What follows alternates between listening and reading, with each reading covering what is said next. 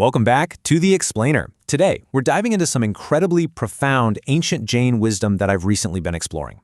It's essentially a master framework for anyone, like you and me, trying to balance a super chaotic, busy householder life with deep, authentic spiritual growth. I mean, how exactly do you live in the modern world, deal with the daily grind, but still cultivate the disciplined mind of a monk? Let's take a look at how the source text maps this whole thing out. Okay, let's dive into this. Here is our structured roadmap for how anyone can practice the discipline of a monk right at home.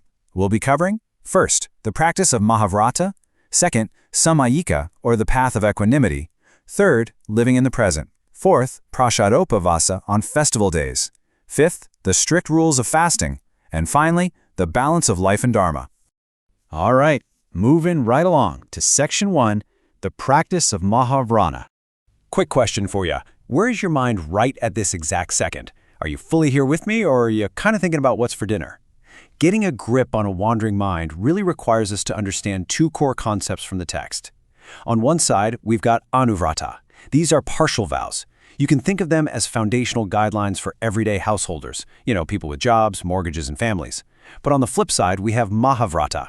These are the complete, strict, absolutely uncompromising vows taken by ascetic monks. So, the crucial point is, how does a normal householder ever make the leap to the intense discipline of a monk? Well, they use something called shikshavrata. These are educational vows that serve as the vital bridge connecting our worldly life to spiritual elevation. As the source material beautifully explains it, this is a training ground. You don't just wake up one day and instantly become a monk, right? You practice it right inside your own home to build up your spiritual foundation step by step. And that brings us to Section 2, Samayika, or the path of equanimity. Now, Samayika isn't just closing your eyes for a few minutes when you're feeling a bit stressed out. It is a highly structured, incredibly powerful daily mental retreat. Here's how it works. Step 1, you have to choose a fixed place, known as niyat stan. Step 2, pick a fixed time. And look at the duration here. You need a minimum of 48 minutes, going all the way up to 2 hours and 15 minutes. Finally, Step 3, absolute focus of your mind, your speech, and your body. You aren't just sitting there chilling. You are maintaining absolute physical and mental stillness for that entire time. The source text actually cites this really powerful Sanskrit verse, Samatha sarvabhuteshu sanyame ishubhavavana, which translates to maintaining equanimity towards all beings and harboring auspicious feelings in restraint.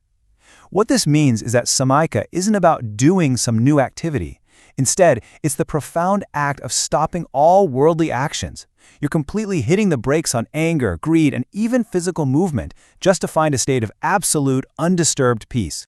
Let's transition over to Section 3, living in the present. Now, what's really interesting about this slide is the specific metaphor the source text uses.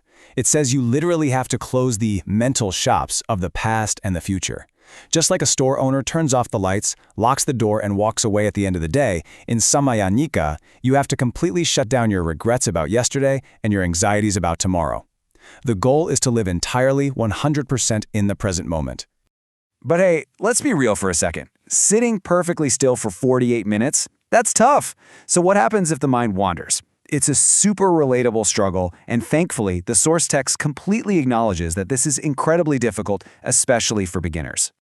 Well, the text gives us a very direct solution. Chant the Namakar mantra repeatedly. If your mind just won't stay quiet, you have to give it an anchor. By using the repetitive chanting or mental contemplation of this sacred mantra, you essentially tie down those drifting thoughts until you can finally achieve pure stillness. And the text gives us this brilliant analogy to really grasp the power of this kind of focus. Think of a magnifying glass. When you hold it perfectly steady, it concentrates all the sun's scattered rays into one single powerful point, eventually burning the fuel right underneath it. In the exact same way, a mind held perfectly steady in Samayika concentrates its spiritual energy to burn away accumulated past karma. It's like a laser beam for your soul. Okay, moving into Section 4, Prashadopavasa on festival days. So we've talked about the daily 48-minute practice, but Prashadopavasa really steps up the discipline. This is a strict 24-hour physical and mental fasting retreat, traditionally observed on the 8th and 14th days of the lunar fortnight. Historically, householders wouldn't just stay on their living room couch for this. They would actually leave their homes and go to quiet, distraction-free places outside the city, called Nagusiya, so they could fully immerse themselves without any worldly interruptions. And when the text says fasting, it means absolute fasting, no cheating. During Proshadapavasa, 4 specific types of food are completely renounced: kaja, which is solid food; swaja, savory or tasty items; leha, lickable foods; and peya, which are drinkable liquids. Yes, you heard that right. Absolute zero intake, not even water.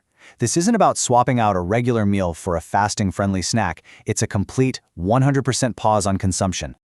That leads us directly into Section 5, the strict rules of fasting.